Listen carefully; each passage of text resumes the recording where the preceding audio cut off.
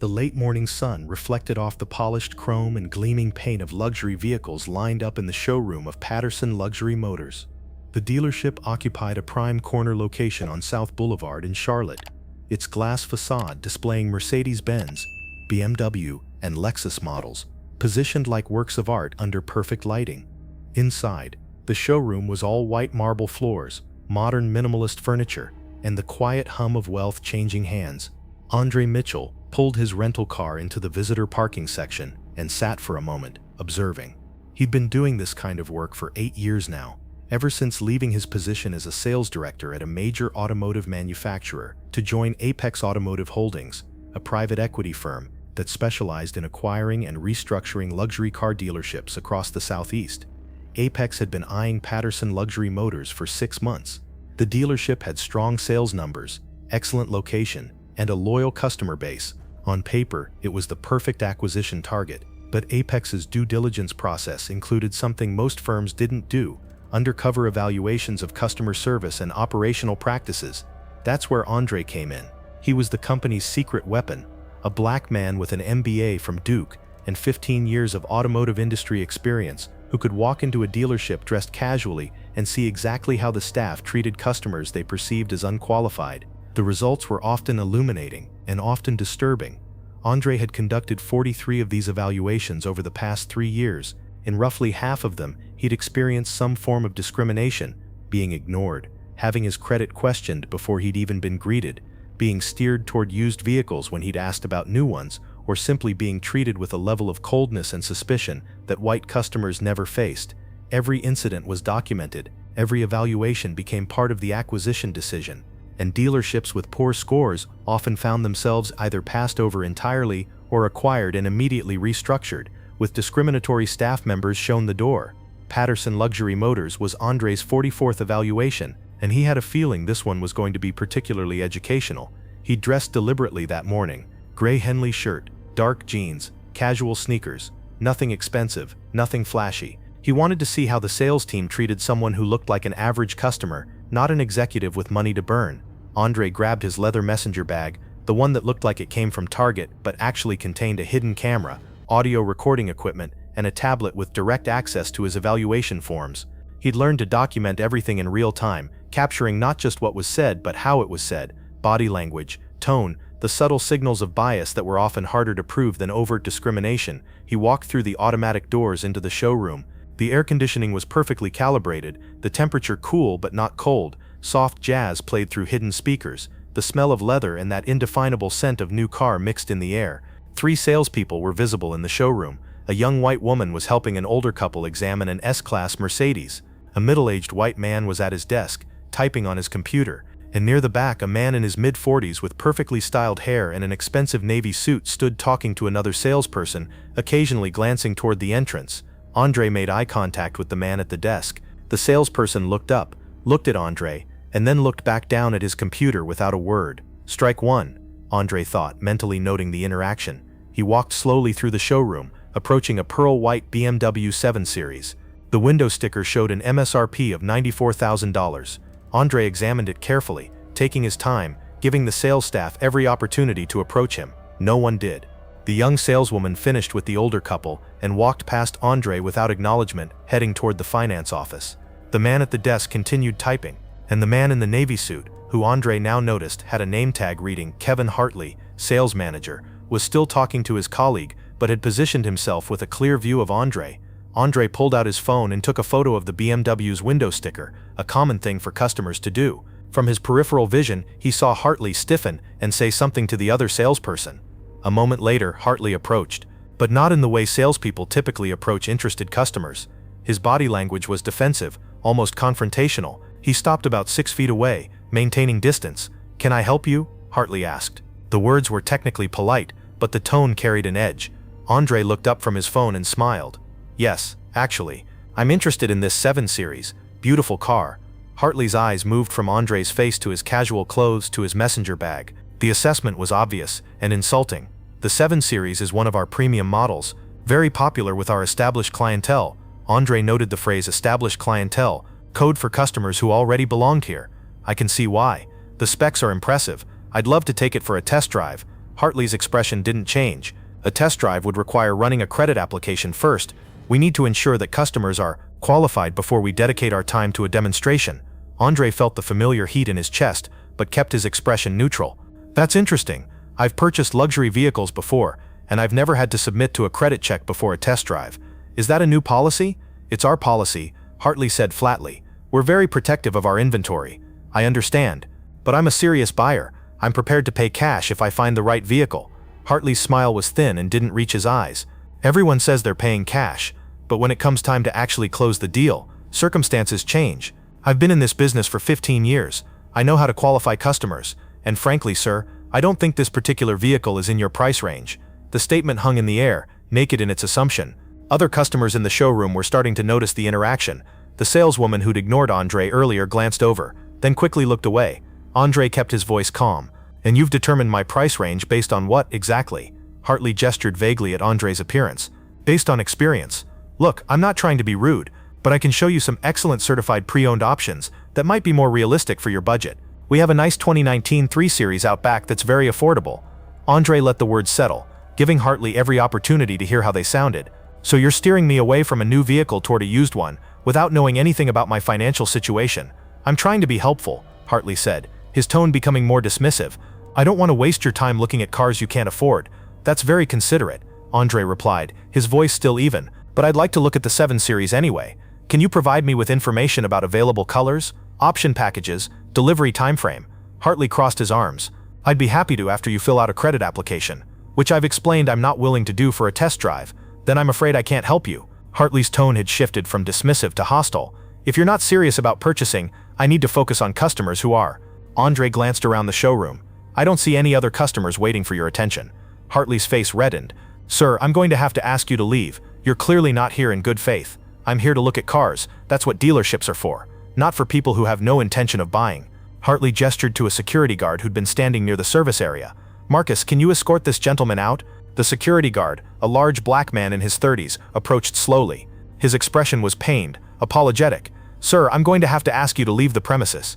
Andre looked at the guard and saw the discomfort in his eyes. This man knew exactly what was happening, had probably seen it happen before, and hated being part of it. I understand, Andre said quietly to the guard. You're just doing your job. He turned back to Hartley. I want to make sure I'm clear on what just happened. I came into this dealership as a potential customer. I expressed interest in a specific vehicle. I offered to pay cash, and you refused to provide me with basic information unless I submitted to a credit check, then accused me of not being serious, and finally had me removed from the property. Is that an accurate summary? Hartley's jaw was tight. That's my prerogative as sales manager. I have the right to refuse service to anyone. Interesting, Andre said. He reached into his messenger bag and pulled out a business card. You might want to call this number, soon. Hartley took the card, glanced at it dismissively, and shoved it in his pocket without reading it. Thank you for visiting Patterson Luxury Motors. Have a good day. As Andre walked toward the exit, escorted by the apologetic security guard, he caught sight of the other salespeople watching. One of them, a younger man who'd been silent through the whole interaction, looked troubled. Good, Andre thought. At least someone here has a conscience. Outside, Andre sat in his rental car and immediately pulled out his tablet. He spent the next 30 minutes documenting every detail of the interaction, time-stamping each event, noting Hartley's specific words and body language. The hidden camera in his messenger bag had captured everything, video and audio, all legally obtained as North Carolina was a one-party consent state. Then Andre made a phone call. Jessica, it's Andre. Patterson Luxury Motors is a hard no. I'm recommending we pass on the acquisition unless they're willing to accept a complete management overhaul as a condition of sale. Jessica Chen, Apex's director of acquisitions, sighed on the other end. That bad?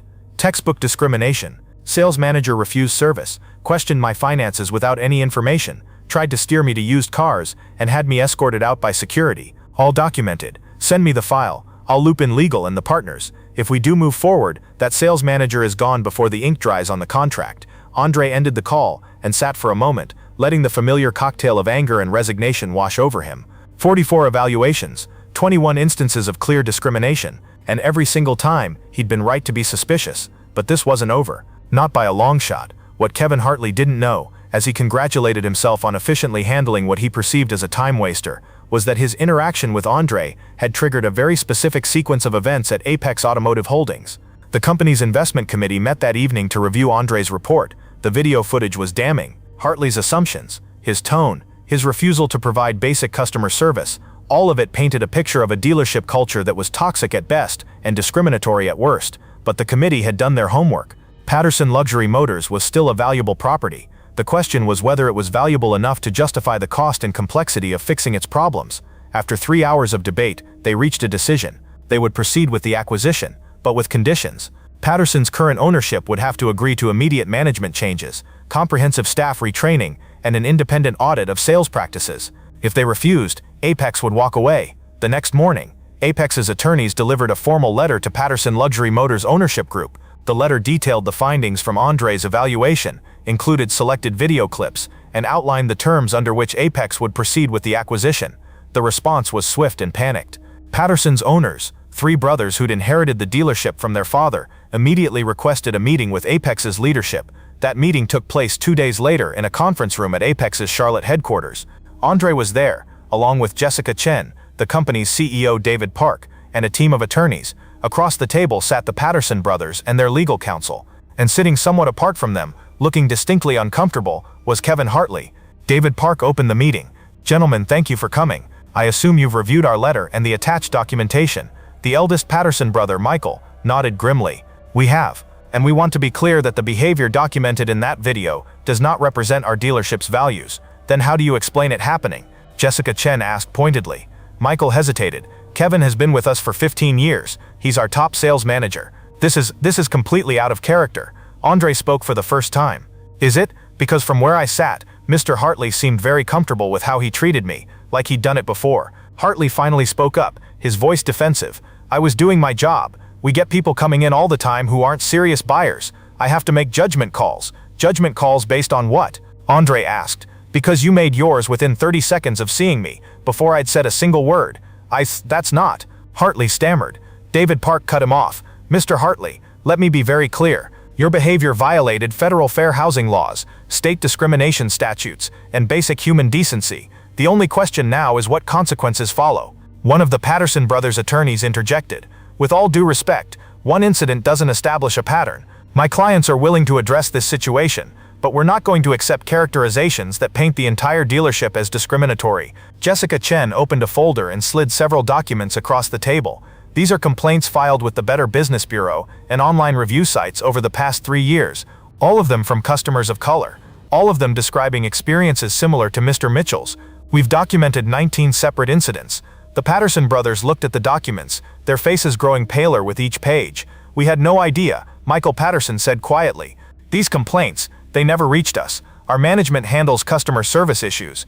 "Your management," Andre said, looking directly at Hartley, "appears to have been filtering what information reached you, which suggests this problem goes deeper than one bad interaction." Hartley's face had gone red. "Those complaints were exaggerated. People looking for special treatment. I run a tight ship. I maintain standards. Standards that discriminate," David Park said flatly. "Mr. Hartley, you're terminated effective immediately. Apex will not complete this acquisition while you remain in any management position at this dealership." Hartley shot to his feet. "You can't do that. I don't work for you." Michael Patterson's voice was quiet but firm. "Kevin, sit down." "Mike, you can't let them." "Sit down." Hartley sat, his face contorted with anger and humiliation. Michael turned to David Park. "He's right. He doesn't work for you. He works for us, and we will handle this internally." David nodded. "That's your prerogative. But understand this. If Kevin Hartley is still employed by Patterson Luxury Motors when we sign the acquisition agreement, we will walk away. This is non-negotiable." The room fell silent. The Patterson brothers exchanged glances. Their attorney whispered something urgently. Finally, Michael spoke. "Kevin has been with our family for 15 years, but he's right. He doesn't work for Apex. He works for us, and we won't tolerate discrimination at our dealership." He turned to Hartley. "Kevin, you're fired. Clear out your office today." Hartley looked like he'd been slapped. "Mike, you can't be serious. After everything I've done for this place, the sales numbers I've brought in, sales numbers don't matter if we're breaking the law to achieve them," Michael said. "And sales numbers definitely don't matter if we lose the dealership entirely because of your behavior." Hartley stood again, knocking his chair back. "This is bullshit. I was set up. This whole thing was a trap." He pointed at Andre. "You came in there looking to cause trouble, dressed like that, acting suspicious." Andre's voice was cold. "I came in there looking to buy a car. The only suspicious behavior was yours. You people always play the race card." Hartley spat. The room erupted. The Patterson brothers began shouting at Hartley. The attorneys talked over each other. David Park banged his hand on the table for order. Through it all, Andre sat quietly, watching Kevin Hartley destroy what remained of his credibility with every word. Finally, security was called. Hartley was escorted from the building, still shouting about injustice and set-up traps. His voice echoed down the hallway until a door closed, cutting him off mid-sentence. In the sudden silence, Michael Patterson looked physically ill. "Mr. Mitchell, I owe you an apology. On behalf of my family and our dealership, what Kevin did was inexcusable." Andre nodded. "I appreciate that, but apologies need to be followed by action." "They will be," Michael promised. "We're implementing everything Apex has requested: training, audits, new management, whatever it takes." The acquisition of Patterson Luxury Motors closed 6 weeks later. As part of the transition, Apex brought in a new general manager, a woman named Keisha Washington, who'd spent 20 years in automotive retail and had a reputation for building inclusive, high-performing teams. The dealership underwent a complete cultural overhaul. The sales staff received mandatory bias training. New policies were implemented requiring all customers to be greeted within 2 minutes of entering the showroom. Mystery shoppers, both black and white, were deployed regularly to ensure consistency, and the results were immediate. Customer satisfaction scores improved. Online reviews became more positive. Most significantly, the dealership began attracting a more diverse customer base, which translated to higher sales and better word of mouth. Kevin Hartley's departure made local news. Several media outlets reached out to Andre for comment, but he declined. This wasn't about revenge or public humiliation. It was about accountability and change. Hartley tried to find work at other dealerships, but found that word had spread quickly through the automotive industry. His behavior at Patterson had become a cautionary tale, the kind of story that got told in sales meetings as an example of what not to do. Eventually, Hartley left the automotive industry entirely. Some said he'd moved to another state. Others heard he was working in insurance sales. Andre didn't keep track. Hartley's story was over, as far as he was concerned. 3 months after the acquisition, Andre returned to Patterson Luxury Motors for a follow-up evaluation. This time he wore one of his suits, a tailored charcoal gray number that screamed executive. He wanted to see if the changes were real or just for show. He was greeted within 60 seconds of entering the showroom by a young salesman named Marcus, who Andre recognized as the security guard who'd been forced to escort him out months earlier. "Marcus," Andre said, surprised. Marcus grinned. "New job. The new GM, Miss Washington. She saw I was interested in sales and gave me a shot. Been training for the past 6 weeks." "That's fantastic," Andre said, genuinely pleased. "It is, and I want to thank you, Mr. Mitchell. What you did, exposing how things really were here, it changed everything. Not just for customers, for employees too." Marcus proceeded to give Andre excellent service, answering questions, offering information, never once making assumptions based on appearance or asking invasive financial questions. At the end of the visit, Andre requested to speak with Keisha Washington. She met him in her office, a space that had once belonged to the dealership's previous general manager. "Mr. Mitchell," Keisha said warmly, "I've been hoping you'd come back. I wanted to show you what we've built." "I'm impressed," Andre admitted. "The change is remarkable. It's been a lot of work. We had to let go of 3 more people who couldn't adjust to the new culture. But the team we have now, they're committed. They understand that treating people with respect isn't just the right thing to do, it's good business." She pulled up a presentation on her computer. "Take a look at these numbers. Sales are up 18% since we implemented the changes. Customer retention has improved by 23%. And our employee satisfaction scores have doubled." Andre studied the data. "That's exactly what we hoped would happen. Discrimination isn't just morally wrong, it's economically stupid. I tell my team that every morning," Keisha said. "Every customer who walks through that door is a potential buyer, a potential source of referrals, a potential long-term relationship. When you judge people based on how they look, you're leaving money on the table." Before Andre left, Keisha asked him to speak to the sales team. He agreed, and found himself standing in front of 20 employees, telling his story. "When I walked in here 6 months ago," Andre began, "I was treated like a criminal, like someone who didn't belong. And the worst part wasn't the rejection, it was the casual nature of it. Kevin Hartley didn't think twice about how he treated me. It was automatic, reflexive, just another day at the office." He looked around the room. "That's what systemic discrimination looks like. It's not always clan robes and burning crosses. Sometimes it's just assumptions, shortcuts, judgment calls based on appearance rather than evidence." A young saleswoman raised her hand. "Mr. Mitchell, how do we make sure we don't fall into those same patterns?" "By questioning your assumptions," Andre replied. "By treating every customer the same way, regardless of what they're wearing or what they look like. By remembering that your job isn't to judge who deserves your time. Your job is to help people find the right vehicle." The team asked more questions, engaged deeply with the conversation. Andre left feeling hopeful. Real change was possible. He'd seen it happen, but it required commitment, oversight, and the willingness to hold people accountable. 2 years after the Patterson Luxury Motors acquisition, Andre was promoted to Vice President of Operations at Apex Automotive Holdings. His undercover evaluation program had become a model for the industry. Other automotive groups began implementing similar practices, recognizing that diversity and inclusion weren't just ethical imperatives but competitive advantages. Andre continued to conduct evaluations, though less frequently now that he had a team of evaluators working under him. He'd trained them carefully, teaching them not just how to document discrimination, but how to recognize the subtle forms it often took. He also became a sought-after speaker at automotive industry conferences. His presentations on the business case for inclusive practices were always packed, and they often led to consulting opportunities with dealerships that wanted to improve their practices before they became liability issues. One evening, Andre was keynoting a conference in Detroit when he noticed a familiar face in the audience. It took him a moment to place it, but then he recognized Michael Patterson, the eldest of the brothers who'd owned Patterson Luxury Motors. After the presentation, Michael approached him. "Mr. Mitchell, I wanted to say thank you." "For what?" "For holding us accountable. For forcing us to see what we'd been ignoring. Patterson Luxury Motors isn't just surviving under new ownership, it's thriving. And it's better for everyone. Customers, employees, the community."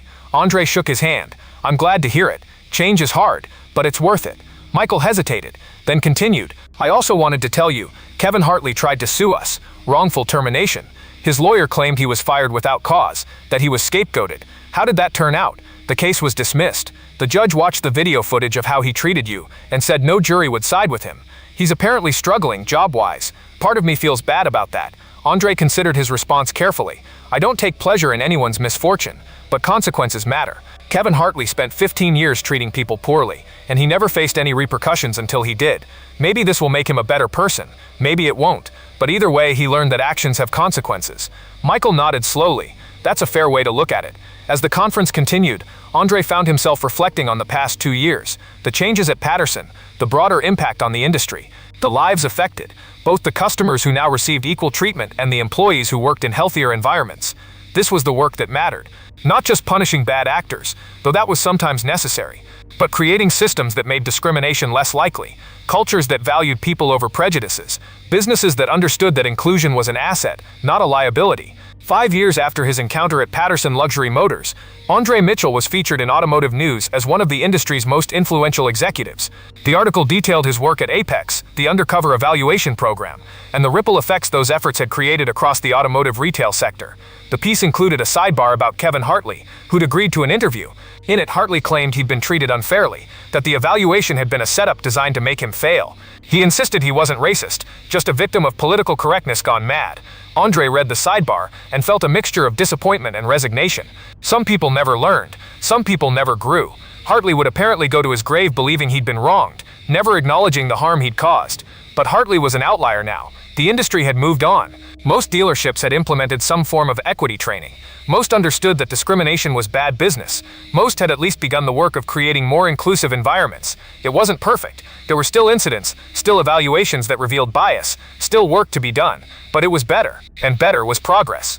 Andre's phone rang. It was his daughter, calling from her dorm room at Spelman College. "Dad, I saw the article. You're famous." Andre laughed. "I don't know about famous, sweetheart, but I'm glad the work is getting attention.